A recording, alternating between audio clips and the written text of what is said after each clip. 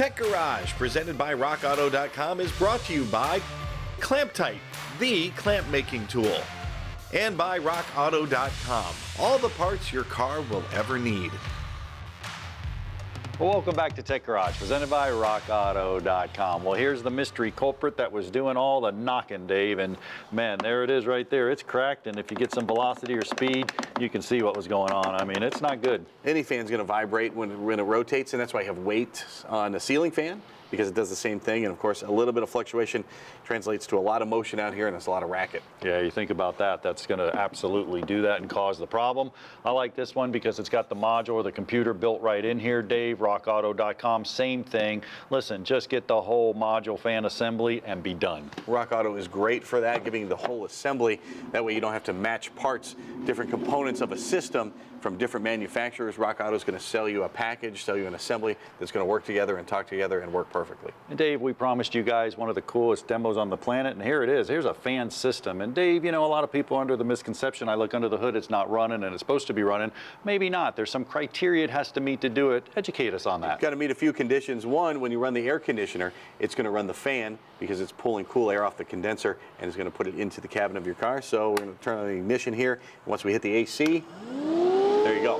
Fan turns on, running a full blast there. That's a perfect scenario. I mean, think about that. A lot of people are coming in with the air not working good, and they don't realize their engine's pegged at 252 because the radiator's right in front of that. So that's usually the first indication you have a coolant fan problem. That AC starts going out, and you have high temperature in that engine. You got it. So you mentioned it, high temperature in the engine. We're going to turn it up here, and we're up to 115 Celsius. It's going to kick the fan on to cool it. It's going to vary from vehicle to vehicle depending on the size of the engine, how warm it needs to get before the fan kicks on. Absolutely. If your fans aren't running, don't worry about it. The computer has to see a bunch of stuff happening for it to run, and I'll show you exactly what's going on.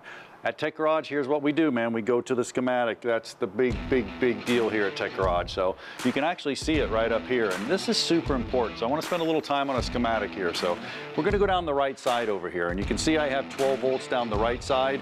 That's a heavy amp 12 volt. That's actually the fan circuit. It just goes through a relay down to the fan, and then the fan's grounded. So that's 12 volts, but it's a heavy amp 12 volts. Keep that in mind for a second. Let's go over to the other side. This is an actual control circuit. This is 12 volts as well. Exactly the same 12 volts. The difference? Low amp, control side circuit. Watch. Going down here to the computer. Now, Dave showed you, if you actually turn the air condition on, the computer sees that, bam, goes ahead and grounds this relay, allows the fan to run. Dave said the vehicle speed, the temperature, coolant temperature plays a part. Computer sees that, bam, grounds the fan, pulls that in, lets it run, all right? So vehicle speed, air conditioning, coolant temperature, all that stuff plays a factor into this control side, then grounding, letting the 12 volts, the relay will eat it, create a magnetic field all the way through here, and pull that in and allow that 12 volts to go through. Now here's the problem.